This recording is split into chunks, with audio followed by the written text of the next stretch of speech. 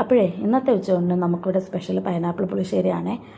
സൈവിക്ക് ഏറ്റവും ഇഷ്ടപ്പെട്ട കറിയാണ്. ഇന്ന് ശനിയാഴ്ച ആയതുകൊണ്ട് ആൾക്ക് സ്കൂളിൽ പോകണമല്ലോ, അതുകൊണ്ട് ഞാനിന്ന് ഇത് ഉണ്ടാക്കാമെന്ന് വിചാരിച്ചതാണേ. ഒരുപാട് വലുതല്ലാത്ത എന്നാൽ നന്നായിട്ട് പഴുത്തൊരു പൈനാപ്പിളാണ് ഞാനിതിന് വേണ്ടി എടുത്തിരിക്കുന്നത്. ഞാനിത് മുഴുവനായിട്ടും എടുക്കും, കാരണം പുളിശ്ശേരിയിലുള്ള പൈനാപ്പിൾ കഴിക്കാൻ ഇവിടെ എല്ലാവർക്കും ഭയങ്കര ഇഷ്ടമാണ്. ഈ പൈനാപ്പിളിൻ്റെ തോല് കളയാൻ വേണ്ടിയിട്ട് എനിക്ക് എളുപ്പമായിട്ട് തോന്നുന്നത് ഇതിങ്ങനെ വട്ടത്തിൽ മുറിച്ചെടുത്തിട്ട് ഓരോന്നിൻ്റെയും തോല് കളഞ്ഞെടുക്കുന്നതാണ്. നമ്മൾ സാധാരണ മുഴുവനായിട്ട് വെച്ചിട്ട് തോല് കളഞ്ഞെടുക്കാൻ നോക്കുമ്പോഴത്തേക്കും അതങ്ങ് നന്നായിട്ട് വൃത്തിയായിട്ട് വരാത്തതുപോലെ എനിക്ക് തോന്നാറുണ്ട്. എനിക്കതിനെക്കാട്ടി ഇതാണ് എളുപ്പമായിട്ട് തോന്നിയിട്ടുള്ളത്. തോലൊക്കെ കളഞ്ഞിട്ട് നമുക്ക് ഇത് പുളിശ്ശേരിക്ക് ആവശ്യമുള്ള ചെറിയ കഷ്ണങ്ങളായിട്ട് മുറിച്ച് വയ്ക്കാം. അതിനുശേഷം നമുക്കിതിലേക്കുള്ള അരപ്പ് നോക്കാം. തൈര് ഞാൻ തേങ്ങയുടെ കൂടെ തന്നെ ഇട്ട് അരച്ചെടുക്കുകയാണ് ചെയ്യുന്നത്.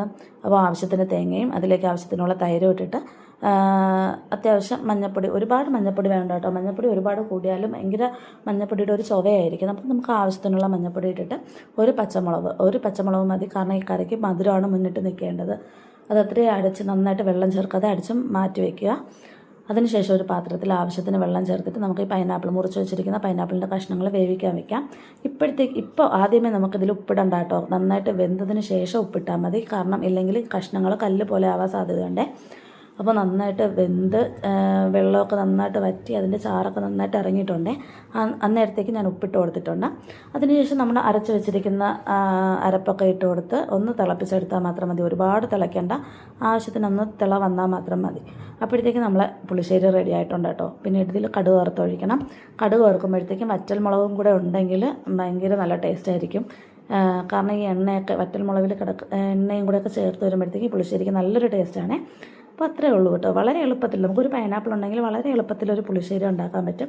എല്ലാവരും ഉണ്ടാക്കുന്ന ഒരു കറിയാണെന്ന് എനിക്കറിയാം, എന്നാലും ഞാൻ ഇങ്ങനെയാണ് ഉണ്ടാക്കുന്നതെന്ന് കാണിക്കാൻ വേണ്ടിയിട്ടാണ് കേട്ടോ ഇന്ന് വീഡിയോ ഇട്ടത്. അപ്പോൾ നമ്മുടെ ഇന്ന് ഊണിന് കറികളെന്ന് വെച്ചാൽ പുളിശ്ശേരിയും അതുപോലെ തന്നെ മുരിങ്ങയ്ക്കയും തക്കാളി ഇട്ട മീൻകറി, അയല മീൻകറിയാണ്.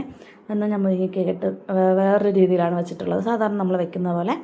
പിന്നീട് തേങ്ങാക്കൊത്തും ഈ വറ്റൽമുളക് ചതച്ചതും കൂടി ഇട്ടുള്ള പയർ മെഴുക്ക് വരട്ടി. ഇതും ഭയങ്കര ടേസ്റ്റാണ് കേട്ടോ. ഇങ്ങനെ ഇത് ഞാനും ചേട്ടനും മാത്രമേ കഴിക്കുള്ളൂ, കുഞ്ഞുങ്ങൾ കഴിക്കില്ല. അപ്പോൾ ഇത്രയാണ് നമ്മുടെ ഉച്ചയൂണിനുള്ള കറികളെ. ഈ മോരിൻ്റെ കറി ഉണ്ടെങ്കിൽ എനിക്കന്ന് മീൻകറി, എരിവുള്ള മീൻകറി ഉറപ്പായിട്ടും വേണം കേട്ടോ.